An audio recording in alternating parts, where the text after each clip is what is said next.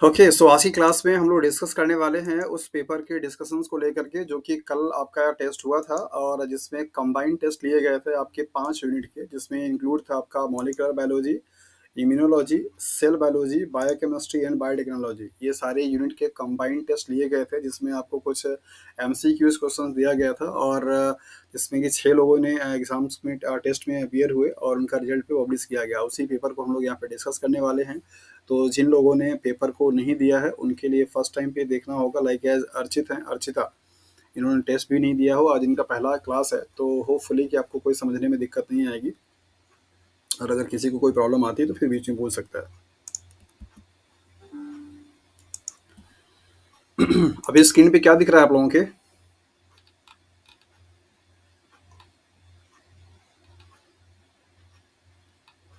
हाँ जी।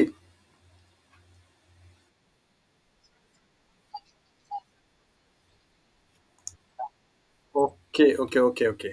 सो यही पेपर है जो आप लोगों ने दिया है और इस पेपर का पहला ही जो सवाल है वो है आपका फोटोसिंथेसिस से, जिसमें आपको यहाँ पे दिया हुआ है what is the primary functions of a Calvin cycle. आपको ये पढ़ाया जा चुका है बायोकेमिस्ट्री वाले पोर्शंस में, जहाँ पर आप लोगों ने पढ़ा हुआ था इसको, और इसको एक और भी नाम से जानते हैं, तो कोई बताना चाहेगा इसको किस और नाम से जानते हैं? हाँ जी। Kelvin cycle is also known as what? Very good. Why known as CC cycle?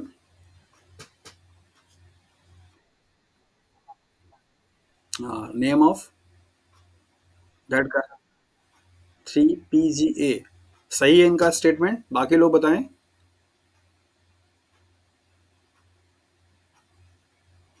हाँ जी। जो लोग क्लासेस कर चुके हैं उनका इन्वॉल्वमेंट जरूरी है। तो बताइए मुझे, केल्विन साइकिल में पहला जो आपके रिएक्टिंग मॉलिक्यूल हैं वो, और जो आपका फाउंड होने वाला मॉलिक्यूल है वो क्या है?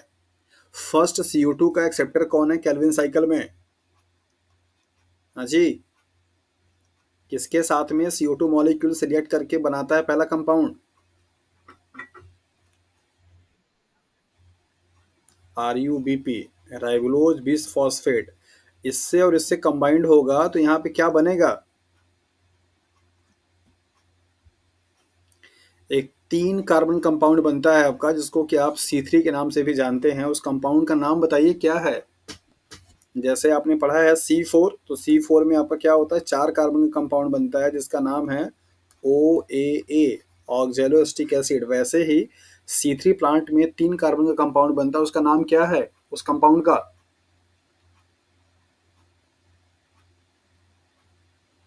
अरे इतना जवाब क्यों नहीं मिल रहा मुझे, मतलब इतना साइलेंट क्यों है भाई?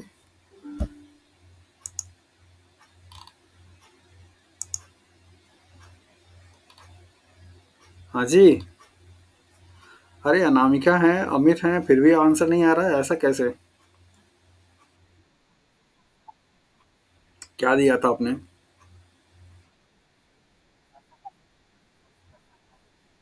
3 PJ बनाता है। अनामिका आपको लग रहा है सही है आंसर?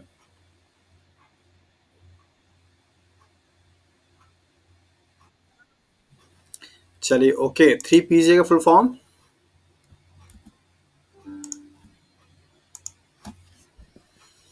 ओके, तो 3 PJ यहाँ पे कंपाउंड बनता है। और यही इसी यहीं से 2 सवाल आपके आते हैं। पहला सवाल पूछा जाता है कि फर्स्ट CO2 का एक्सेप्टर कौन है, तो इसके लिए आप बताते हैं RUBP। फर्स्ट टाइम पे CO2 मॉलिक्यूल क्या करता है, इससे एक्सेप्ट करता है, कंबाइंड होता है और यहाँ पे 3 कार्बन का कंपाउंड बनाएगा जिसको बोलते हैं 3 PGA। राइट। तो चूंकि इस साइकिल में 3rd कार्बन का एक कंपाउंड बनता है, दैट इज वाई आप इसको C3 साइकिल के नाम से भी जानते हैं। ये था बेसिक इन्फॉर्मेशन। और यहाँ पर आपसे सवाल पूछा गया है कि प्राइमरी फंक्शन क्या है केल्विन साइकिल का। तो जैसा कि आपको पढ़ाया जा चुका है कि फोटोसिंथेसिस को 2 फेज में डिवाइड किया जाता है। एक आपका, मान लीजिए अगर आपका ये फोटोसिंथेसिस है तो उसको 2 फेज में डिवाइड करते हैं। पहला है आपका that is the light phase और दूसरा है आपका डार्क फेज। लाइट फेज का काम बेसिकली क्या है, दैट इज ATP को बनाना और NADH को बनाना। राइट। वाटर मॉलिक्यूल का क्या करना, स्प्लिटिंग करना। ये सारे काम होते हैं यहाँ पे, लाइट का अब्जॉर्प्शन होना। डार्क फेज में क्या होता है कि CO2 मॉलिक्यूल्स को यूटिलाइज करके और इस ATP और NADH को यूटिलाइज करके क्या करना, फिक्स करना और 3 कार्बन का कंपाउंड बनाना। और इसका फिर रिडक्शन करके फिर रीअरेंजमेंट करके वहाँ पे आपको फाइनली शुगर के मॉलिक्यूल्स का क्या किया जाता है, बनाया जाता है, जो कि 5 कार्बन के, 4 कार्बन के, 5 कार्बन के कंपाउंड होते हैं। और वही शुगर मॉलिक्यूल जाकर कन्वर्ट होता है किसमें, आपका ग्लूकोज में, सुक्रोज में, इस तरीके से कंपाउंड बनते हैं। सो प्राइमरी जो गोल होता है केल्विन साइकिल का वो क्या है कि कार्बन डाइऑक्साइड मॉलिक्यूल्स को फिक्स करके और उससे हमको बनाना क्या होता है, सिंपल शुगर मॉलिक्यूल्स का सिंथेसिस करना होता है। सो इस पूरे 5 ऑप्शंस में आपको यहाँ पे दे रखा है option number E, synthesize simple sugar from a carbon dioxide. तो कार्बन डाइऑक्साइड को लेकर के सिंपल शुगर का सिंथेसिस करना ही प्राइमरी गोल होता है केल्विन साइकिल का। सो इस हिसाब से ऑप्शन नंबर ई क्या होगा इसके लिए सही हो जाएगा, बाकी सारे ऑप्शंस क्या हैं, गलत हैं। गलत क्यों है इस पर भी चर्चा कर लेते हैं। Use ATP to release carbon dioxide, ये स्टेटमेंट तो सही था लेकिन यहाँ पे स्टेटमेंट ये गलत हो जाएगा। यहाँ पे CO2 मॉलिक्यूल रिलीज नहीं होता, यहाँ पे यूज होता है, तो ये गलत स्टेटमेंट है। Use NADPH to release carbon dioxide, यहाँ पे ये स्टेटमेंट तो ठीक था बट ये वाला पोर्शन आपका क्या है, गलत है। यहाँ पे CO2 मॉलिक्यूल यूटिलाइज किया जाता है। Split water and release oxygen, ये आपका लाइट रिएक्शंस का पार्ट है। Transport REBP out of a chloroplast, ये भी काम नहीं होता है। तो ऑप्शन नंबर ई क्या आपका सही है। मैंने हमेशा से ही आपको सलाह दिया है कि जब भी आप क्वेश्चंस को सॉल्व करें, जिस ऑप्शंस पे आपको लगता है कि वो ऑप्शंस आपका मोर एक्यूरेट है, सही है, उस पर टिक लगाएं, लेकिन बाकी रिमेनिंग जो ऑप्शंस होते हैं उनको आप जरूर लुक फॉरवर्ड करें कि वो गलत क्यों हैं, क्या आपके पास गलत करने के लिए प्रॉपर जस्टिफिकेशंस है। अगर ऐसा है तो डेफिनेटली आप उस ऑप्शंस पे जा सकते हैं जिस पे आपको मन कर रहा है। अगला सवाल हमारे पास ये है, photo respiration lowers the efficiency of photosynthesis by preventing the formation of. पूछ रहा है, जैसा कि आपको मालूम है, फोटो रेस्पिरेशन को एक नाम और देते हैं जिसका नाम है that is the C2 cycle. क्या बोलते हैं, कभी कभी आपसे पूछा जाता है C2 cycle, C3 cycle, C4 cycle, इस तरीके से, या कैम पाथवे, ये सारे पूछे जाते हैं। तो C2 साइकिल को आप फोटो रेस्पिरेशन के नाम से जानते हैं। फोटो रेस्पिरेशन एक वेस्ट प्रोसेस है जो कि प्लांट के लिए कोई फायदा नहीं होता है इसका। लाइट के प्रेजेंस में जब अगर प्लांट की बॉडी क्या करे, रेस्पिरेशन करना शुरू कर दे, तो ऐसे चीज़ों के लिए यहाँ पे क्या होता है, फोटो रेस्पिरेशन। और ऐसा होने से जो फोटोसिंथेसिस की रेट होती है वो क्या होती है, हैम्पर होती है। तो यही पूछ रहा है कि फोटो रेस्पिरेशन की वजह से फोटोसिंथेसिस की जो प्रोसेस होती है वो हैम्पर होती है, लोअर हो जाती है। ऐसा क्यों, ऐसा क्या करता है। तो यहाँ पे पूछ रहा है by preventing the formation of, किस चीज़ के फॉर्मेशन को रोकता है। तो कार्बन डाइऑक्साइड मॉलिक्यूल्स का नहीं, 3 फॉस्फोग्लिसरेट मॉलिक्यूल्स का बताया जरा यहाँ पे, एटीपी मॉलिक्यूल्स का, या राइबोलोज 20 फॉस्फेट मॉलिक्यूल का। राइबोलोज 20 फॉस्फेट मॉलिक्यूल तो बनेगा ही नहीं, तो यहाँ पे इसको बनने से मतलब नहीं है। एटीपी मॉलिक्यूल कहीं पे भी केल्विन साइकिल में आपका यूज होता है, मतलब ऐसे बनता नहीं है, तो ये इसका ये भी ऑप्शन गलत हो जाएगा। तो ऑप्शन नंबर सेकंड जो है 3 PGA, that mean 3 phosphoglycerate molecules के बनने से रोकता है, और इसका डेरिवेटिव आपका बनता है 2 फॉस्फोग्लिसरेट का कंपाउंड, जो कि आपका फास्फो फोटो रेस्पिरेशन में पार्टिसिपेट करता है। तो ऑप्शन नंबर बी क्या होगा इसके लिए सही हो जाएगा। नेक्स्ट सवाल है, the alternative pathway of photosynthesis using the C4 और CAM systems are set to be compromise, why. पूछा जा रहा है अल्टरनेटिव जो पाथवेज हैं फोटोसिंथेसिस के, लाइक एज C4 या कैम पाथवे, ये सबसे बोला जा रहा है कि कंप्रोमाइज, ये are set to be compromise. क्यों इनको बोला जाता है ऐसा, तो इसके पीछे का रीजन आप क्या देते हैं कि जैसे C4 जो पाथवे है या कैम पाथवे है, उनमें फोटो रेस्पिरेशन की जो प्रोसेस होती है वो बहुत कम होती है। मतलब उनके पास ऐसी एबिलिटी होती है कि फोटो रेस्पिरेशन की प्रोसेस को कम से कम कराते हैं, मिनिमाइज करते हैं। और ऐसा करके C4 प्लांट या कैम्प प्लांट में फोटोसिंथेसिस की जो प्रोसेस होती है वो ज़्यादा हायर होती है as compare to C3 plant के। अगर आपसे किसी एग्जाम में सवाल पूछ दिया जाए कि C3 प्लांट है, C4 प्लांट है, कैम्प प्लांट है, राइट, अगर इन सभी में आपको फोटोसिंथेसिस के एफिशिएंसी की बात अगर किया जाएगा, तो आपको मालूम होना चाहिए कि रेस्पिरेशन फोटोसिंथेसिस की जो रेट है सबसे कम किस में होगा, आपका C3 में, फिर उसके बाद किस में होगा, C4 में, फिर कैम में। या कह सकते हैं कैम और C4 में लगभग लगभग बराबर होगा, इज इक्वल टू, बट इन सब में क्या होगा, कम होगा। लेकिन अगर रेस्पिरेशन की बात किया जाए, फोटो रेस्पिरेशन की बात अगर किया जाएगा, तो C3 प्लांट में सबसे ज़्यादा फोटो रेस्पिरेशन होता है एज कम्पेयर टू C4 और कैम्प पाथवेज के। तो इनका मेन बेसिकली काम क्या होता है कि ये दोनों के दोनों ही कैटेगरी के जो पाथवेज होते हैं, C4 के और कैम के, ये दोनों ही पाथवे क्या करते हैं, मिनिमाइज करते हैं फोटो रेस्पिरेशन को, और जिससे कि कैल्विन साइकिल या कार्बन डाइऑक्साइड का जो फिक्सेशन होता है वो बेटर हो पाता है एज कम्पेयर टू C3 के। तो ऑप्शन नंबर सी क्या है, यहाँ पे स्टेटमेंट दे रखा है, each one both minimize photo respiration and optimize the Calvin cycle. ये ऑप्शन आपका सही हो जाएगा। बाकी सारे ऑप्शंस क्या हैं आपके, गलत हैं। याद रखिएगा, ऐसे टाइप के जो सवाल होते हैं ना, आपको बहुत ज़्यादा एक्यूरेट बनाते हैं आपके नॉलेज को लेकर के। आप कितना सही जानते हैं, इस टाइप के क्वेश्चंस आपके उस एक्यूरेसी को चेक करने के लिए दिए जाते हैं कि क्या एग्जैक्टली में आपको कॉन्सेप्ट क्लियर भी है या नहीं। नेक्स्ट क्वेश्चन है, the general name of an enzyme that transfer phosphate group from ATP to a protein is. यहाँ पे आपको पूछ रहा है कि मान लीजिए कोई एक एटीपी मॉलिक्यूल है, मान लीजिए यहाँ पे आपका एटीपी मॉलिक्यूल है और यहाँ पे कोई एक प्रोटीन मॉलिक्यूल है, यहाँ पे आपका प्रोसेस हो रही है और इस प्रोटीन पे आपका क्या लग जा रहा है, पी ग्रुप लग जा रहा है। इसी को पूछ रहा है कि यहाँ पे जो एंजाइम होगा वो एंजाइम कौन सा होगा। तो यहाँ पे आपको दे रखा है फॉस्फोराइलेज, फॉस्फेटेज, प्रोटीन काइनेज, एटीपीएच। तो इसके लिए आंसर जो है वो बेसिकली क्या, that is a protein kinase. Word मैंने आपको स्टार्टिंग में ही बताया था कि काइनेज जहाँ कहीं पे भी लग जाता है किसी रिएक्शन में, तो आप ये समझ जाना कि वहाँ पे सबस्ट्रेट का क्या हो रहा है, फॉस्फोराइलेशन हो रहा होगा। याद कीजिए, ग्लाइकोलाइसिस के फर्स्ट स्टेप में आपको प्रोसेस पढ़ाया गया है कि ग्लूकोज से आपका क्या बनता है, ग्लूकोज 6 फॉस्फेट बनता है और यहाँ पे ग्लूको या हेक्सोज काइनेज आता है, एच के जिसको आप बोलते हैं, या ग्लूकोज काइनेज। तो ये ग्लूकोज क्या है, सबस्ट्रेट है। काइनेज जो है आपका क्या करेगा, एटीपी मॉलिक्यूल से फॉस्फेट ग्रुप को ट्रांसफर करता है, जो कि आपका एक एग्जांपल किसका है, that is the proteinase kinase का है, प्रोटीन काइनेज का। सो ऑप्शन नंबर सी क्या होगा, सही हो जाएगा।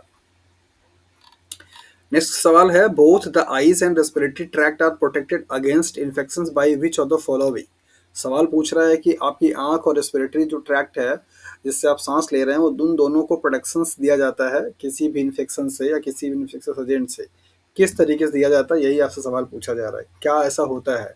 तो जैसा कि आपको अच्छे तरीके से मालूम है कि हमारे आँख में एक नेचुरल इम्यूनिटी होती है। कोई भी कीड़ा, कोई भी केमिकल से कुछ भी जाता है, सबसे पहले उसमें से क्या होता है, आपकी मतलब कि आपके आपके आँख से आंसू आना शुरू हो जाते हैं, और वो आंसू आना भी एक तरीके का मैकेनिज्म का पार्ट होता है, जिससे कि आप आपके आँख में जो भी कुछ गया हुआ है वो सब का सब उस टीयर से क्या होता है, आपका बाहर आ जाता है, राइट। और टीयर में, सलाइवा में, इन सभी में बेसिकली एक एंजाइम है जिसका नाम है लाइसोजाइम, और जो कि बैक्टीरिया के ग्रोथ को क्या करता है, तुरंत किल कर देता है, या बैक्टीरिया के सेल वॉल को ब्रेक डाउन कर देता है, जिसकी वजह से वो बैक्टीरिया हमारे रेस्पिरेटरी ट्रैक्ट में या आईज में इन्फेक्शन नहीं कर पाता है। तो ऑप्शन नंबर डी क्या है इसके लिए सही है, the secretions of lysozyme on to their surface.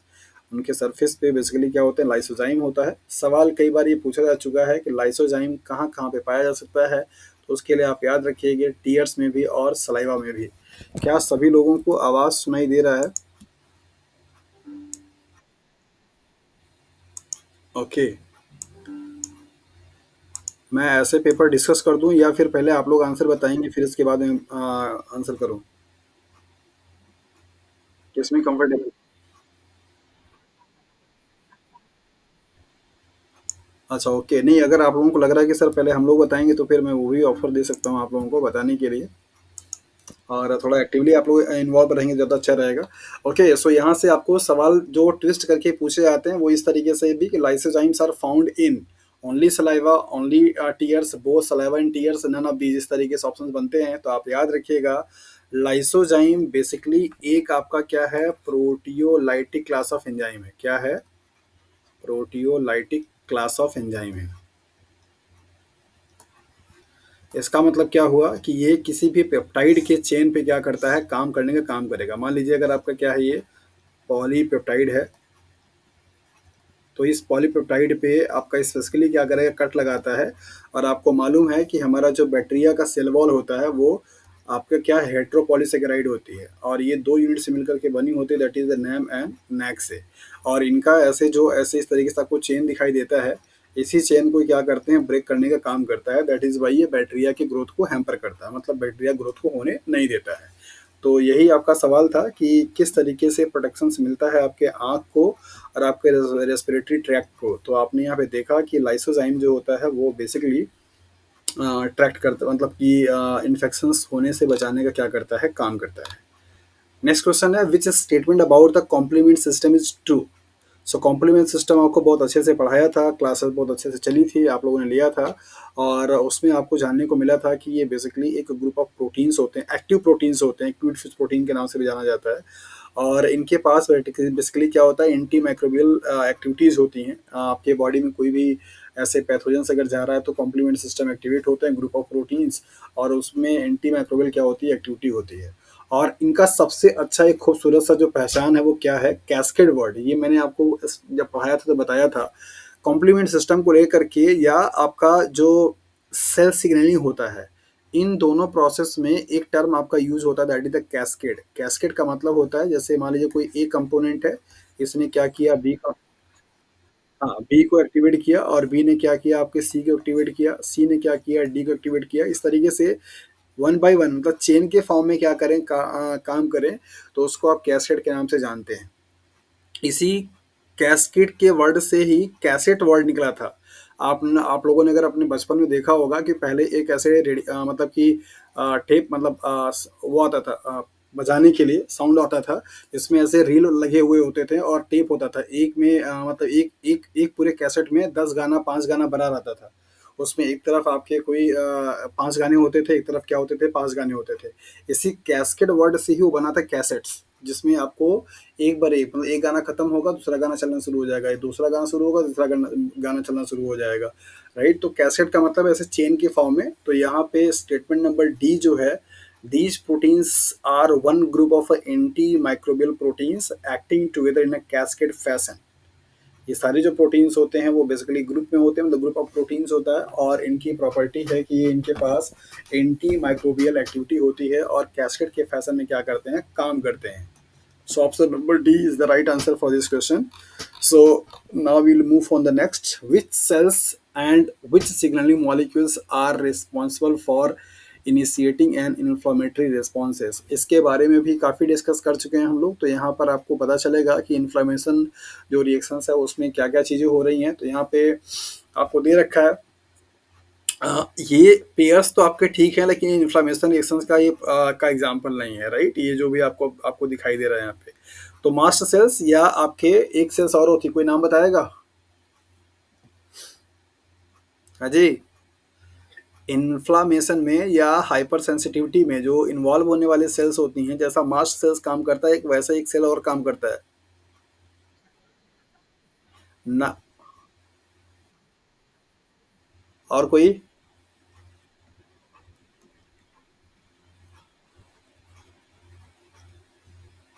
अभी याद आया? जी हाँ। ओके, सो मास्ट सेल्स बेसिकली हिस्टामिन को प्रोड्यूस करता है, और इस हिस्टामिन के वजह से आपके एलर्जिक रिएक्शंस होते हैं, इन्फ्लामेटरी रिस्पॉन्सेस होते हैं। तो ऑप्शन नंबर डी क्या होगा, सही हो जाएगा इस क्वेश्चन के लिए। A bacterium entering the body through a small cut in the skin will do which of the following? कोई आपका मान लीजिए स्किन की लेयर है, और यहाँ पे स्किन आपकी क्या होती है, कट हो जाती है, और यहाँ पे बैक्टीरियल मतलब बैक्टीरिया जो है वो आपका क्या करता है, आपके ब्लड में एंटर कर जाता है। अब ये क्या करेगा, आपके ब्लड में एंटर करने के बाद क्या करेगा? सो बैक्टीरिया एक पैथोजन है। पैथोजन जैसे ही हमारी बॉडी में जाता है, हमारे बॉडी के अंदर में पाए जाने वाले डिफेंस सिस्टम इन्वॉल्व होने वाले जो भी प्रोटीन मॉलिक्यूल्स होते हैं, वो तुरंत के तुरंत क्या होते हैं, एक्टिव हो जाते हैं। एक्टिव होकर के क्या काम करते हैं, पहला कोशिश तो उनका ये होता है कि वो खुद से ही उसको नलीफाई कर दें, और अगर वो नहीं कर पाते तो फिर वो सिग्नल देते हैं अपने से स्ट्रांग इम्यूनिटी सिस्टम को कि भैया अब अभी कुछ हमारे बॉडी में कोई फॉरेन पार्टिकल्स आ चुका है, अब आप एक्टिवेट हो जाइए, इसको किल करने का काम करिए। तो जैसा कि आपको अच्छी तरीके से मालूम है कि कॉम्प्लीमेंट जो सिस्टम होता है वो नॉन स्पेसिफिक होता है, वैसे ही चलता रहता है, और कॉम्प्लीमेंट सिस्टम एक्टिवेट होकर पहले उसको किल करने का काम करेगा। अगर नहीं कर पाएगा तो फिर आपके लिम्फोसाइट सेल्स के पास जाता है मैसेज, और वहाँ पर आपके टी और बी सेल्स होते हैं जो कि उसको एक्टिवेट करने का काम करते हैं। तो जब कभी भी बैक्टीरियम कोई आपकी बॉडी में एंटर करेगा तो उस टाइम पे क्या होगा, activate a group of proteins called complement system या complement proteins. Option number E क्या होगा इसके लिए, सही हो जाएगा। बाकी सारे ऑप्शंस क्या हैं आपके, गलत हैं।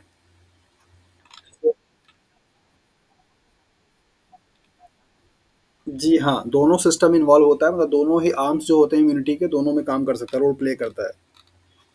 नेक्स्ट।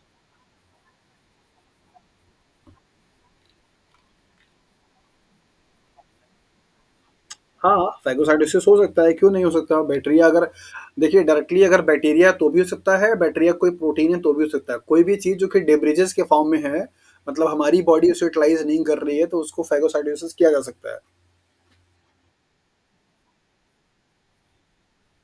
नेचुरल किलर सेल्स काम करती है, बट उसका फेगोसाइटिक नेचर का नहीं, वो मतलब केमिकल टॉक्सिन्स देता है।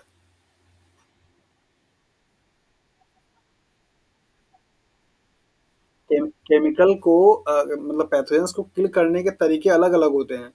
जैसे कुछ कुछ सेल्स होती हैं जो कि टॉक्सिन्स बनाते हैं, मतलब केमिकल्स बनाते हैं जिनसे न्यूट्रलाइज करते हैं। कुछ क्या कर सकते हैं, फेगोसाइड कर जाते हैं। तो नेचुरल किलर सेल्स जो होती है आपके, वो केमिकल्स के थ्रू काम करने का काम करता है।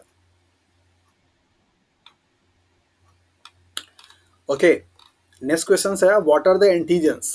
एंटीजेंस क्या होते हैं? तो ये आपको बहुत अच्छे से पढ़ाया गया, इसकी सारी प्रॉपर्टी आपको यहाँ पे बताई गई। Proteins found in the blood that causes foreign blood cells to clump, ये ऑप्शन आपका गलत है। इसके बाद प्रोटीन्स इम्बेडेड इन द, हाँ, ऑप्शन नंबर डी इसका सही है। Foreign molecule that trigger the generation of antibody, antigen का डेफिनेशन ही दिया गया। एंटीजन और इम्यूनोजन दोनों आपको दिया जाता है, वैसे यहाँ पे टर्म्स थोड़ा सा मिस है। इम्यूनोजन होता तो ये वर्ड ज़्यादा सूटेबल होता, बट इंटीजेंस को जनरली हम लोग वही ट्रीट करते हैं कि ऐसा मॉलिक्यूल जो कि हमारी बॉडी में जा करके हमारे इम्यून सिस्टम को एक्टिवेट करने का काम करे। लेकिन एक्चुअली में वो होता क्या है, दैट इज़ द इम्यूनोजन। और आपको बहुत बखूबी मैंने पढ़ाया इम्यूनोजन और एंटीजन में डिफरेंस। शायद आप सभी लोगों को उसकी बात समझ में आई होगी उस टाइम पे जो पढ़ाया था, और डिफरेंसेस भी आप बता पाएंगे। स्टेटमेंट दिया जाता है कि all the immunogens are antigens but all antigens are not immunogen. Statement याद है? जी हाँ। सो इसके लिए एग्जांपल आपको दिया जाता है हेप्टेन, कि ये एक एंटीजन तो है बट इम्यूनोजन नहीं है। ओके, तो ऑप्शन नंबर डी इसके लिए क्या है, सही है, बिकॉज यहाँ पर आपको यही बताया जाता है कि एंटीजन मॉलिक्यूल्स वो होते हैं जो कि हमारी बॉडी में जा करके एंटीबॉडी जनरेट करने का काम करें। Clonal selection is an explanation for how, पूछ रहा है कि इसका मतलब क्या होता है। जैसे सपोज कीजिए कि आपकी बॉडी में कोई एक एंटीजन मॉलिक्यूल है, एक एंटीजन पे कई सारे आपके क्या होते हैं, पैराटोप होते हैं, मतलब एपीटोप हो सकते हैं, इस तरीके से मान लीजिए कई सारे, जिसको क्या पॉलीक्लोनल के नाम से भी जानते हैं।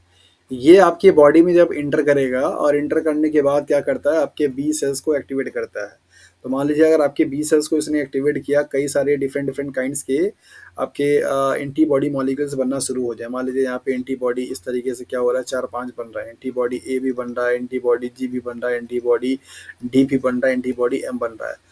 क्लोनल सिलेक्शंस का मतलब वो ये होता है कि इनिशियल एक्टिवेशन के बाद कोई एक पर्टिकुलर कोई एक पर्टिकुलर काइंड का एंटीबॉडी मॉलिक्यूल्स का जो प्रोडक्शन हो वो स्पेसिफिकली बहुत ज़्यादा हो। मतलब कि जो ये कॉमन बन रहा था ए जी डी ई, मान लीजिए सिर्फ जी का हो, जिसको प्रोड्यूस करने के लिए कोई एंटीजन मॉलिक्यूल हो, उस स्पेसिफिकली एंटीजन मॉलिक्यूल के लिए स्पेसिफिक एंटीबॉडी का हाई कॉन्सेंट्रेशन पे अगर प्रोडक्शन होना शुरू हो जाए, ऐसे फिनोमिना को आप क्लोनल सिलेक्शंस के नाम से जानते हैं, या क्लास स्विचिंग के नाम से भी जाना जाता है, कि अब स्विच करके सिर्फ किसी एक पर्टिकुलर टाइप के एंटीजेंस के अगेंस्ट में बनने वाले एंटीबॉडी को बनाना है। So option number C, an antigen can provoke production of a high level of specific antibody. तो ऑप्शन नंबर सी इसके लिए क्या है, सही है। नेक्स्ट सवाल है, a person expose to a new cold virus would not feel better for 1 to 2 weeks because, पूछ रहा है जनरली हम लोग इससे एक्सपोजर भी होते हैं। हमें जब कभी भी ऐसे कॉमन कोल्ड हो जाता है, कोल्ड वायरस इन्फेक्शन करता है, जिसमें सर नोजी हो जाता है, हमारा नोज वाटरी नोज हो जाती है, और बुखार हो जाता है, और आँख में इरिटेशन होने लगती है, तो हम लगभग 4 से 5 दिन परेशान रहते हैं, तब जा करके उससे हम रिकवर कर पाते हैं। वही पूछ रहा है कि ऐसा क्यों होता है। तो आपको अच्छी तरीके से मालूम है कि वो एक वायरल इन्फेक्शन होता है, कॉमन कोल्ड जिसको आप बोलते हो।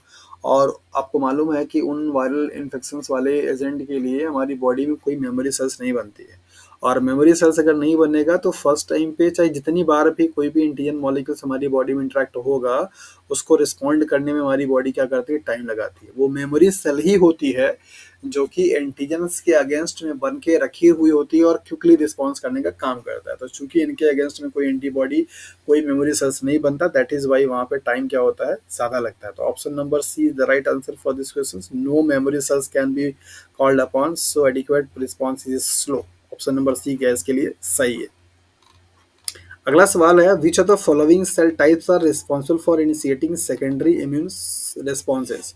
सबसे first of all secondary immune responses का मतलब क्या है, पहले आप इसको समझ लीजिए। फर्स्ट टाइम पे कोई भी एंटीजन मॉलिक्यूल्स अगर आपकी बॉडी में क्या करता है, एंटर करता है, तो आपकी बॉडी में जो भी आपके, मान लीजिए आपका क्या है, ये एंटीजन मॉलिक्यूल है, ये एंटर किया और आपके ये क्या है, बी सेल्स होते हैं। बी सेल्स के पास क्या होता है, रिसेप्टर्स होते हैं।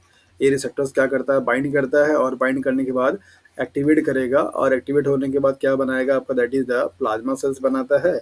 और इसके बाद क्या बनाता है, मेमोरी सेल्स बनाता है, राइट। प्लाज्मा सेल्स क्या करेगा, एंटीबॉडी बना लेगा, और एंटीबॉडी क्या करेगा, इसको जा करके न्यूट्रलाइज करने का काम करता है। ये हो गया, this is known as the primary response या primary immune response. Whenever same kind of antigens will interact in your body, then there is no need to activate of these B cells and differentiate into plasma cells. Directly, memory cells will recognize and get activated by these antigens and produces antibody or plasma cells and antibody, then quickly response. Such kind of immune responses is known as the secondary immune responses. जब कभी भी same kind का antigen हमारी body में enter करता है, तो उस वाले एंटीजन के लिए फर्स्ट टाइम पे जब इन्फेक्शन हुआ था, तो वहाँ पे मेमोरी सेल्स जनरेट हो जाती है, और वही मेमोरी सेल्स का एक्टिवेशन होता है, बजाय कि पूरा आपका बी सेल्स का एक्टिवेट होने का, जिसकी वजह से जल्दी से आपका क्विकली क्या होता है, रिस्पॉन्स हो जाता है। तो सेकेंडरी इम्यून सिस्टम को रिस्पॉन्स देने के लिए मेमोरी सेल्स का होना बहुत ज़रूरी है, और वही रिस्पॉन्सिबल होता है। मेमोरी सेल्स अगर नहीं होगी तो बेसिकली आपका सेकेंडरी इम्यून रिस्पॉन्स नहीं हो पाएगा। The MSC, major histocompatibility complex, is important in a T cell's ability to what? क्या करता है MSC मॉलिक्यूल? तो बहुत कॉमन सा सवाल था, बहुत अच्छे से आपको समझाया गया था कि सेल्फ और नॉन सेल्फ में डिस्टिंग्विश करने का काम करता है। तो ऑप्शन नंबर ए, ये तो फ्री ऑफ कॉस्ट का आप लोगों को मार्क्स था, मेरे ख्याल से किसी का भी गलत नहीं हुआ होगा। पूछ रहा है, an immunoglobulin IG molecule whatever the classes has symbolized as C, V, H और L। यहाँ पे C क्या है, कांस्टेंट है, सबको मालूम अच्छे तरीके से। C क्या है, कांस्टेंट है। V क्या है, वेरिएबल है। H क्या है, हैवी है। और L क्या है, लाइट है। तो आपने पढ़ा है एंटीबॉडी के स्ट्रक्चर्स के लिए दो तरीके का, इस तरीके का स्ट्रक्चर आपको पढ़ाया जाता है। ये वाई शेप्ड का, ये आपके क्या होते हैं, ये आपका होता है हैवी चेन, और ये होता है आपका लाइट चेन। तो हैवी चेन होगा तो वहाँ पे क्या होगा, H V means heavy variable, और H C means heavy constant. Light होगा तो इसके लिए दो नोमेनक्लेचर दिया जाता है आपको, लाइट वेरिएबल और लाइट कांस्टेंट। मतलब एक ही चेन में दो पार्ट होता है, एक वेरिएबल होता है, स्टार्टिंग के शुरू वाले जो पार्ट होते हैं वो वेरिएबल वाले होते हैं, इधर की तरफ नीचे की तरफ जो होते हैं कांस्टेंट वाले होते हैं। तो पूछ रहा है यहीं पे, a light chain has which of these regions. एक कोई लाइट चेन उसके पास क्या होगा, तो लाइट चेन होगा, उसके पास क्या होगा, लाइट वेरिएबल होगा, लाइट कांस्टेंट होगा। तो एक वेरिएबल एक constant, option number A is the right answer, 1C and 1V region. किसी लोगों ने ये भी लगा रखा 1H और 1L। भैया मेरे, ये H और L आपके टाइप्स हैं पॉलीपेप्टाइड के, उनके रीजन के बारे में बात कर रहा है ये। तो कुछ लोगों के आंसर इसके गलत हैं। अब आई डोंट नो ये एक्चुअली किसका गलत है, लेकिन मैंने जब आपका आंसर चेक किया था तो वहाँ पे मुझे दिखा कुछ लोगों ने नीचे वाला ऑप्शंस भी लगाया हुआ है।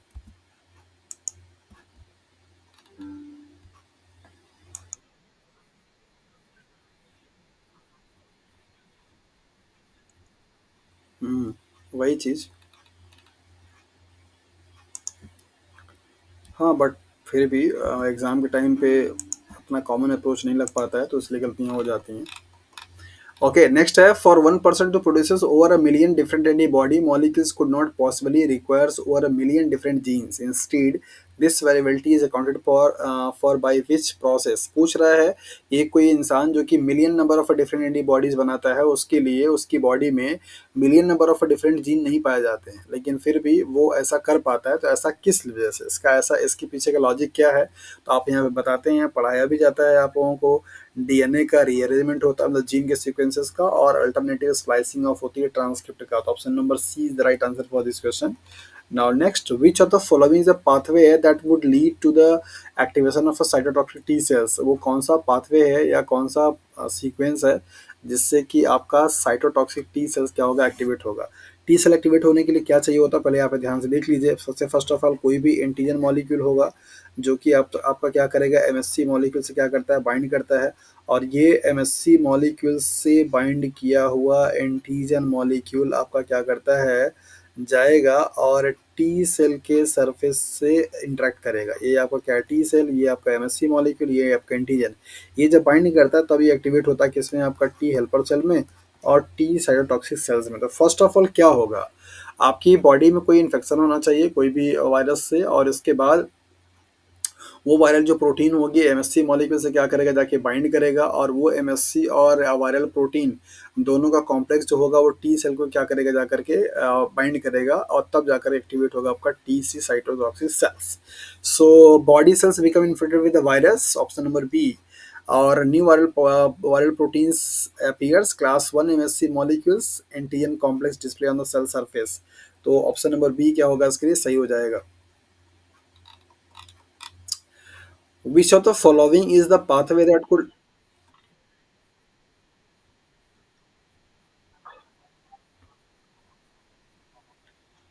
कौन सा?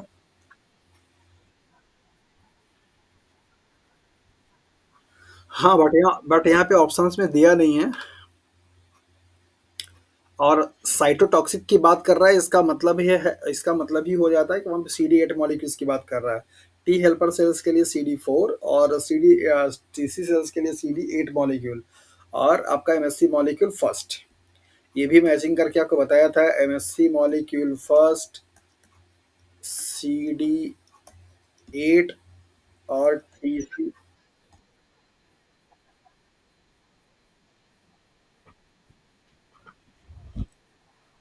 किस चीज का, किस चीज का काम?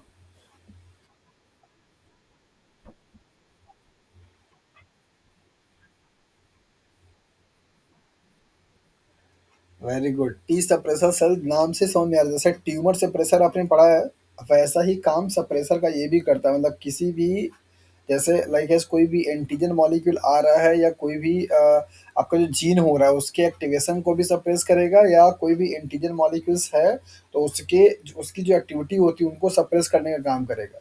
वो अनकॉमन सा टाइप का सेल होता है। मेजॉरिटी आप टी सेल्स का डिफरेंशिएशन जब पढ़ेंगे तो आपको वहाँ पे टी हेल्पर सेल्स और टी सी सेल्स के बारे में पढ़ने को मिलता है। अगर आपने क्यूबे पढ़ा होगा तो वहाँ पे आपको सप्रेसर सेल्स के बारे में मिला होगा।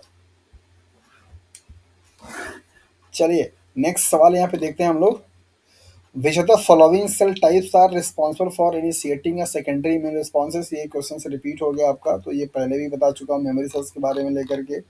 अगला सवाल है, the following events occur when a mammalian immune system first encounter of pathogens which show the correct sequence in which they अकर।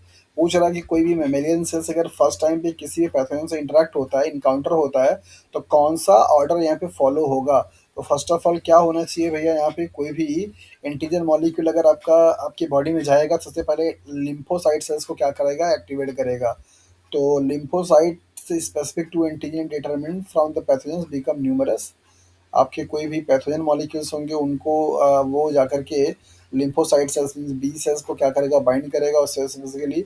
फिर इसके बाद और क्या हो सकता है, नहीं, antigen determinant from the pathogens bind to the antigen receptors in lymphocyte. पहला ये होगा, फर्स्ट ये होना चाहिए कि पहले ये क्या करेगा, बाइंड करेगा लिम्फोसाइट से, फिर इसके बाद क्या होगा, इसका डिटरमिनेंट होगा, और फिर इसके बाद क्या होगा, एंटीबॉडी को ये बनाएगा, फिर इसके बाद क्या होगा, डिस्ट्रॉय किया जाएगा, और देन इसके बाद क्या होगा, मेमोरी सेल्स रिमेंबर। तो ऑप्शन नंबर ई क्या है इसके लिए सही है। Third, fourth, second, first and fifth. First time पे एंटीजन मॉलिक्यूल्स क्या करेगा, बाइंड करेगा लिम्फोसाइट सेल से, लिम्फोसाइट सेल्स जो होंगी वो डिफरेंशिएट हो जाएगी न्यूमरस नंबर में। देन इसके बाद एंटीबॉडी बनाएगा, फिर इसके बाद उसको डिस्ट्रॉय किया जाएगा और एंटीबॉडी का और उस एंटीजन के लिए आपका मेमोरी सेल्स जो है बन करके तैयार रहेगा। Which cells type interact with both humoral and cell mediated immune responses या pathways? तो आपको अच्छी तरीके से मालूम है कि जब टी हेल्पर सेल्स जो होती है, टी सेल्स पहले एक्टिवेट होगा किसमें, टी हेल्पर सेल्स में और टीसी सेल्स में, और ये क्या बनाता है आपका साइटोकाइंस बनाता है, और यही जा करके क्या करेगा, बी सेल्स को एक्टिवेट करने का काम करता है। तो T helper cell is the right answer for this question. Option number E क्या होगा, सही हो जाएगा। अगला सवाल है, both lysozymes and cytotoxic T cells क्या करते हैं, kill cells through the chemical interactions. ये आपका ऑप्शन नंबर ए क्या है इसके लिए, सही है। B cells interacting with helper T cells are stimulated to differentiate when. पूछ रहा है कि बी सेल इंटरेक्ट करता है हेल्पर टी सेल्स से और स्टिमुलेट करता है डिफरेंशिएशन का कब, कब करेगा, जब टी हेल्पर सेल साइटोकाइंस को रिलीज करता है।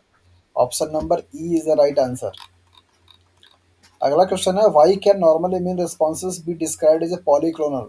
मोनोक्लोनल के बारे में आपको पढ़ाया जा चुका है। पॉलीक्लोनल का मतलब होता है कि जब एक ही एंटीजन पे कई सारे आपके क्या हो, एपीटोप्स हों और उन सभी एपीटोप्स के लिए अलग अलग क्या बने, एंटीबॉडी बने। Like as suppose this is known as a single antigen molecule and these antigen molecules contain different kinds of epitope molecule like as round shape, like as a triangle shape, like as a square shaped. These are called as the epitope molecule. When an antigen contain multiple epitopes and they produces different kind of antibody molecule known as the polyclonal. So diverse antibody are produced for a different epitopes of a specific antigen molecules is the polyclonal means. जबकि monoclonal का मतलब क्या होगा, सिर्फ कोई एक kind के epitope के लिए आपका एंटीबॉडी बनना शुरू हो जाए। How do antibodies of the different classes IgM G A D E differ from each other. कैसे ये सारे एंटीबॉडी आपस में डिफर है, तो बताया गया था कि उनकी हैवी जो चेन होते हैं, हैवी चेन की वजह से इनकी सब क्लासेस हैं। Option number B is the right answer. ये तो स्टेटमेंट ही आपको लिखा दिया गया था जब भी मैंने आपको नोट्स दिया था और पढ़ाया था। तो Phagocytosis of microbes by macrophages is enhanced by which of the following। किस तरीके से आप करते हैं, तो आपको मालूम है कि एंटीबॉडी उसके सरफेस पे आके लग जाता है जिसको कि आप ऑप्सोनाइसिस बोलते हैं, और इसके बाद उनके सरफेस पे क्या होता है, एंटीबॉडी बाइंड कर जाता है। तो दोनों प्रोसेस होती है, the binding of antibody to the surface of microbes ये भी किया जाता है, antibody mediated agglutination of microbes ये भी होता है। Option number A and B में से डी ऑप्शन क्या होगा, सही हो जाएगा। Which of the events listed below occurs in the light reaction of photosynthesis? नीचे दिए गए ऑप्शंस में से लाइट रिएक्शंस में होने वाला कौन सा वो इवेंट है, आपको यही बताना है। NADH इज प्रोड्यूस्ड, जी, NADH is reduced to NADH और carbon dioxide is incorporated to PGA, ये तो गलत है। और ATP is phosphorylated to yield ADP molecules, गलत है। Light is absorbed and funneled to reaction center chlorophyll A is the right answer। ये आपका ऑप्शन नंबर क्या होगा, सही हो जाएगा।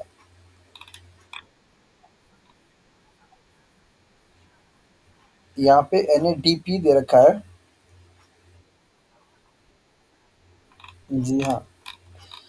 The reaction center chlorophyll of photosystem 1 is known as P700 because आपको अच्छे तरीके से मालूम है कि 700 नैनोमीटर की लाइट एब्जॉर्ब होती है, इसलिए आप इसको ये बोलते हैं, और 680 के नैनोमीटर की लाइट एब्जॉर्ब होती है, इसलिए आप इसको PS सेकेंड बोलते हैं। तो PS1 और PS second photo system first, photo system second का कॉन्सेप्ट यही है। 700 नैनोमीटर की लाइट को एब्जॉर्ब करती है, दैट इज वाई आप इसको P700 बोल के नाम से जानते हैं। Option number B. Which of the following is one of the technical reason why gene therapy is problematic? Gene therapy को लेकर के प्रॉब्लम क्यों है, क्या उसके पीछे का टेक्निकल रीजन है, तो यहाँ पर आपको ऑप्शन दिया जाता है, transferred genes may not have appropriately controlled activity. जो भी जीन जीन थेरेपी के अकॉर्डिंगली आप जीन को ट्रांसफर करते हैं, उनका रेगुलेशन जैसे आपकी बॉडी में नॉर्मल सेल्स के नॉर्मल सारे जीन्स का हो रहा है उस तरीके से रेगुलेशंस नहीं हो पाता, जिसका कि एडवर्स इफेक्ट दिखना शुरू हो जाता है। That is why gene therapy को लेकर के प्रॉब्लम बनती है। So option number D is the right answer for this question. Next, C वाला ऑप्शन कह रहा है, cells with transferred genes are unlikely to replicate. मतलब कि उसमें रेप्लिकेशंस की प्रॉब्लम आ जाएगी, ये बोल रहा है। रेप्लिकेशंस की प्रॉब्लम नहीं आती।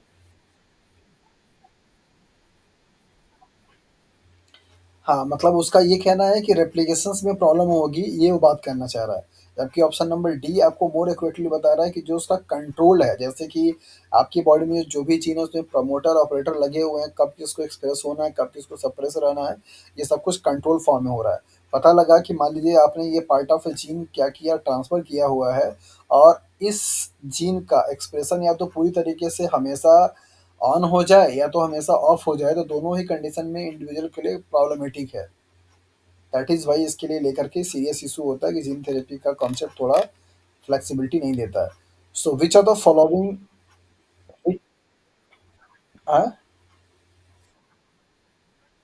जीन थेरेपी ज़्यादातर केसेस में जैसे, मतलब ज़्यादा सपोर्टिव नहीं है। पहली चीज़ मतलब कि ज़्यादा आप उसको प्रेफर नहीं कर सकते हैं, क्योंकि उसके एडवर्स इफेक्ट भी देखे जाते हैं। दैट इज़ वाई आप उसको लेकर के कंसर्न रहते हैं कि भैया प्रॉपरली एकदम कोई चीज़ होने वाली तभी कराई जाए, अदरवाइज उसका दिक्कत है। अगला सवाल है, which of the following is true of embryonic stem cells but not of adult stem cells. तो यहाँ पे दोनों में डिफरेंसेस है। स्टेम सेल्स को लेकर के काफ़ी सारा डिस्कस किए थे हम लोग, उसी से सवाल आपको दिया गया है। तो ऑप्शन नंबर बी इसके लिए सही आंसर है। They make up the majority of the cells of the tissues from which they are एक्टिराइट। जिस टिश्यू से, जिस सेल्स से वो डिराइव्ड हुए हैं, उस टाइप के सारे सेल्स को बना सकते हैं, या उस टिश्यू से बनने वाले सारे सेल्स को वो बना सकता है। यहाँ पे पूछा है कि एम्ब्रियोनिक स्टेम सेल्स के लिए सही है, लेकिन इस एडल्ट स्टेम सेल्स के लिए नहीं। एम्ब्रियोनिक स्टेम सेल्स से आप बॉडी की किसी भी सेल्स को बना सकते हैं। अडल्ट स्टेम सेल्स से आप सिर्फ जिस जोन से लिया गया रहेगा, जिसका स्टेम सेल्स रहेगा, उसी को पर्टिकुलरली फिर बना पाएंगे। तो ऑप्शन नंबर बी क्या होगा इसके लिए सही हो जाएगा। Which of the following technique use to analyse gene functions depends on the specificity of a DNA based complementary. इसके लिए ऑप्शन आपका म्यूटाजेनेसिस का ऑप्शन है, और ये आपको पढ़ाया भी था मैंने कि कैसे इसको करते हैं। तो ऑप्शन नंबर सी क्या हो जाएगा, राइट आंसर हो जाएगा इसके लिए। नेक्स्ट सवाल है, which describe the transfer of a polypeptide sequence to membrane to analyse gene expression. Gene expression का मतलब हो गया यहाँ पे दैट इज द प्रोटीन की बात कर रहे हैं। तो प्रोटीन के लिए आप क्या यूज करते हो, आपको अच्छी तरीके से पता है, that is the western blotting.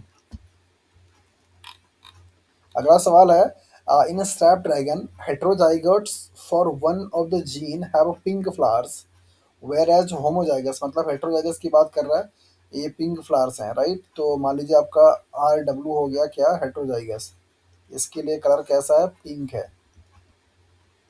Okay, whereas homozygous have red और वाइट। तो मान लीजिए आर आर क्या हो गया आपका, दैट इज रेड हो गया, और डब्ल्यू डब्ल्यू क्या हो गया आपका, वाइट हो गया। पूछ रहा है when plant with red flowers are crossed with plant with white flowers. तो आर आर का क्रॉस कराया गया डब्ल्यू डब्ल्यू से, तो what proportion of the offspring will have pink flowers. तो आपको अच्छी तरीके से पता है कि ये इनकम्प्लीट डोमिनेंस की बात कर रहा है, और इनकम्प्लीट का जो जीनोटाइप है वो फिनोटाइप रेशियो होता है 1:2:1 होता है, राइट। यहाँ पे आर क्या, ए वन क्या होगा आपका, रेड होगा, और ये क्या होगा आपका, वाइट होगा, और ये क्या होगा आपका, पिंक हो जाएगा। तो 50% आपके क्या बनेंगे, पिंक बनेंगे। तो ऑप्शन नंबर बी क्या हो।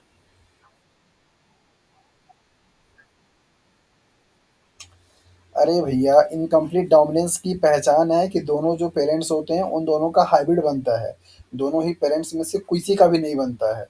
तो रेड प्लांट था, व्हाइट प्लांट था, और बना क्या, पिंक बना। पिंक ना तो व्हाइट है, ना तो रेड है। तो इनकम्प्लीट डोमिनेंस की पहचान यही होती है कि जब आपके F1 जनरेशन में प्रोजेनी दोनों ही पेरेंट्स में से किसी से भी मैच ना करे, उसी को बोलते हैं इनकम्प्लीट डोमिनेंस।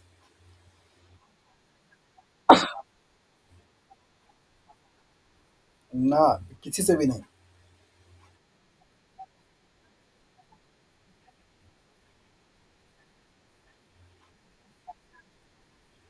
अरे बाबा,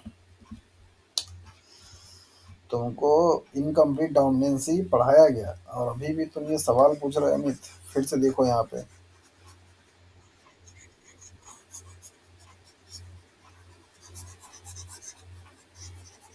देखो ध्यान से, थोड़ा पेन का साइज पतला करते हैं। यहाँ से क्या आएगा भैया, आर आएगा, यहाँ से क्या आएगा, डब्लू आएगा, क्रॉस कराएंगे क्या बनेगा, आर डब्लू। इसको बोलेंगे पिंक।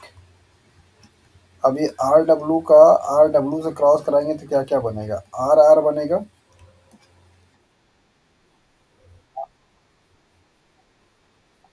जी हाँ, वही तो पूछ रहा है।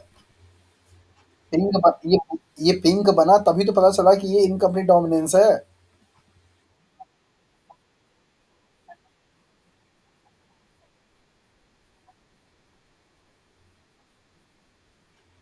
फर्स्ट जनरेशन में करेंगे तो ना फिर वो, मतलब देखो इसका, इस सवाल को आपको समझना होगा कि यहाँ पे इसने ऐसा कुछ जनरेशंस की बात नहीं किया हुआ है। What plants with red flowers are crossed with the plants with the white flowers, right. पूछ रहा है when what proportion of the offspring will have pink flowers. तो यहाँ पे कोई चीज मेंशन नहीं किया हुआ है। अब अगर आप फर्स्ट जनरेशंस को माइंड करेंगे तो फिर आपको 100% देना पड़ेगा। और अगर आप नेचुरली जो क्रॉस कराते हैं, हम जब भी जीनोटाइप या फिनोटाइप रेशियो निकालते हैं, वो हम हमेशा सेकंड जनरेशन के लिए निकालते हैं, चाहे आप जो भी पढ़े होंगे। मोनो हाइब्रिड के लिए निकाला गया वो भी सेकंड जनरेशन में, डाई हाइब्रिड के लिए निकाला गया वो भी सेकंड जनरेशन में, इनकम्प्लीट के निकाला गया वो भी सेकंड जनरेशन में, एपिस्टाटिस के निकाली गई वो भी सेकंड जनरेशन में।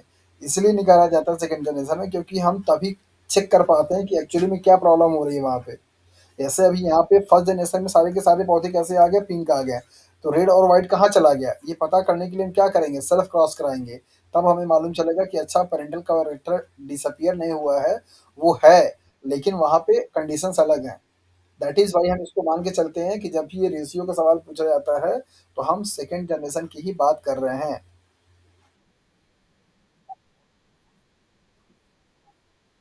चलिए कोई नहीं, अभी अगर आपने इसको लगाया है तो आप समझ जाइए कि यहाँ पे कुछ दिया नहीं है, लेकिन आप उसको दिमाग में रखिए, ठीक है। तरीका पता होना चाहिए कि हाँ ये कैसे सही हो रहा है 50% वाला। अभी समझ आया। चलिए, अगला सवाल है, 1:2 phenotypic ratio in the F2 generation of a monohybrid cross is a sign of what. तो बताइए, फिनोटिपिक रेशियो 1:2 दे रखा है तो आपको अच्छे तरीके से पता होगा। नॉर्मल आपके जो कंप्लीट डोमिनेंस होते हैं ये तो होगा नहीं, क्योंकि इसका फिनोटिपिक रेशियो कितना होता है भैया, 3:1। गलत हो गया। मल्टीपल एलील होगा नहीं तो बचेगा क्या, that is the incomplete dominance, यही है इसका आपका phenotypic ratio as well as genotypic ratio दोनों क्या होता है, सेम होता है। यही एक लौता ऐसा क्रॉस है जिसका जीनोटाइप और फिनोटाइप एफ टू जनरेशन में सेम होता है, दैट इज 1:2 इसको आप अच्छे से याद रखिए। चलिए, a woman has 6 son, the chance that her next child will be a daughter is what. So 1/2 that is 50% chance होगा आपका कि वो गर्ल होगी, 50% चांस होगा कि वो बॉयज होगा। चाहे 10 सन हो, चाहे 15 सन हो, चाहे एक भी ना हो, जब भी कभी पॉसिबिलिटी बनेगी सिर्फ दो ही जेंडर होता है। या तो लड़का, अब जो भी बच्चा बेबी होगा वो तो लड़का होगा या तो लड़की होगी, तो 1/2% होगा। ये नंबर आपको सिर्फ और सिर्फ कंफ्यूज करने के लिए दे रखा है। उसीलिए यहाँ पे कुछ लोगों ने 5/6 लगाया, कुछ लोगों ने 1/6 लगाया। ऐसे सवाल बनते हैं आपसे। ऑप्शन नंबर सी क्या होगा, सही होगा। Which of the following terms best describe when the phenotype of the heterozygous differ from the phenotype of both of the homozygous parents। यही सवाल फिर से पूछ दिया गया, पूछ रहा है कि जब दोनों ही पेरेंट्स के होमोजाइगस कैरेक्टर से डिफर हो, क्या फिनोटाइप किसका, हेट्रोजाइगस का, तो आप उसको क्या डिस्क्राइब करेंगे, तो उसको आप बोलेंगे इनकम्प्लीट डोमिनेंस। क्या बोलेंगे, इनकम्प्लीट डोमिनेंस। जस्ट अभी आपने देखा, रेड रेड वाले प्लांट का व्हाइट व्हाइट वाले प्लांट से क्रॉस कराया गया तो यहाँ पे रेड एंड व्हाइट बना। और रेड और व्हाइट ये आपका क्या था, दैट इज द पिंक था। तो पिंक ना तो आपका क्या है, होमोजाइगस रेड है, ना तो होमोजाइगस व्हाइट है, दोनों से क्या है, डिफरेंट है। और ऐसे क्रॉस को आप इनकम्प्लीट डोमिनेंस के नाम से जानते हैं। Option number A is the right answer. Which describe the ABO blood group system, multiple alleles, ये तो दुनिया जानती है, बहुत अच्छे तरीके से आप इसको समझ सकते हैं। ऑप्शन नंबर बी सही है इसके लिए। ये वाले क्वेश्चंस का इंफॉर्मेशन अभी आपके पास अधूरा है। यहाँ पे पहले एक स्टेटमेंट था और उस स्टेट में मदर फादर के जीनोटाइप को डिस्क्राइब किया गया था, तब जाकर के ये पूछा गया था। तो ये सवाल ही इनकम्प्लीट है, दैट इज भाई आप इसको अभी आप निगलेक्ट कर देंगे, नंबर आपको इसको काउंट नहीं किया गया। अगला सवाल पूछा गया, if a cell has 8 chromosome at metaphase of mitosis, how many chromosomes will it have during anaphase. तो आपको अच्छे तरीके से मालूम है कि मेटाफेज का कंडीशंस क्या होता है।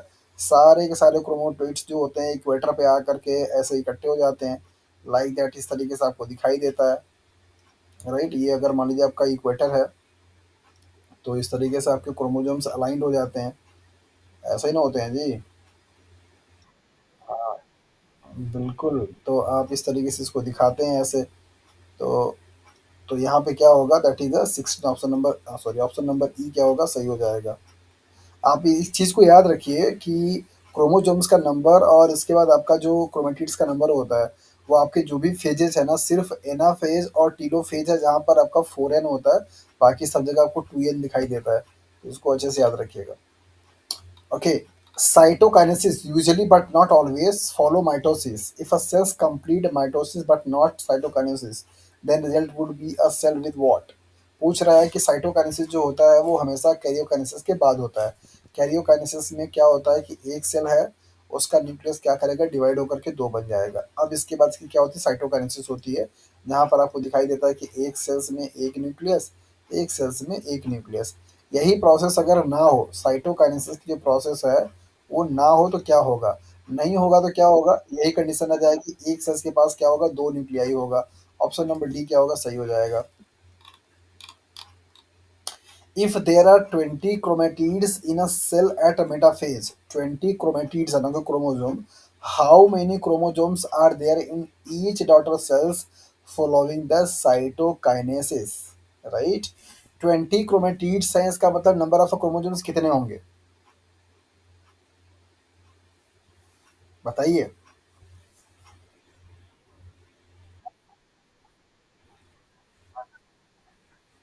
अरे, मेटाफेज में एक क्रोमेटिड्स कैसे होगा भैया?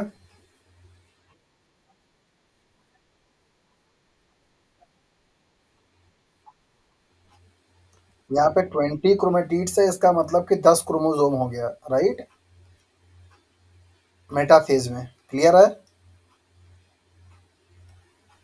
20 क्रोमेटिड्स का मतलब 10 क्रोमोसोम। क्लियर है कि नहीं? Very good.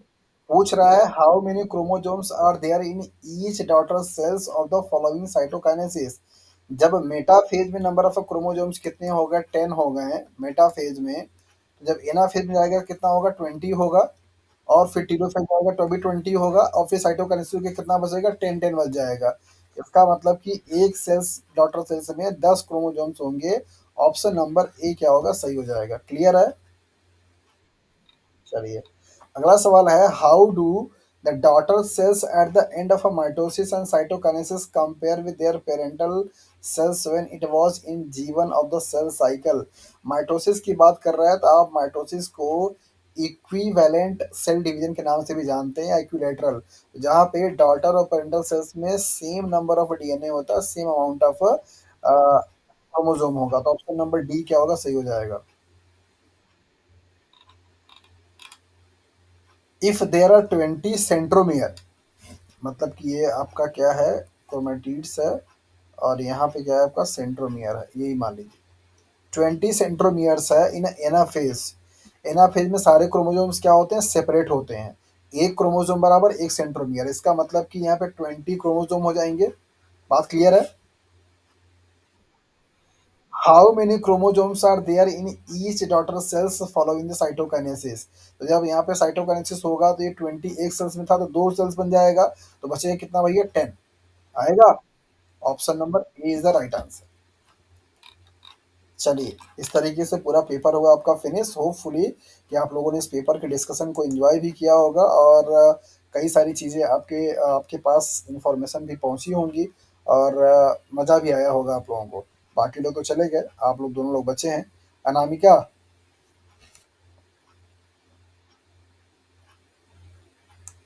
अच्छा अनामिका भी नहीं है।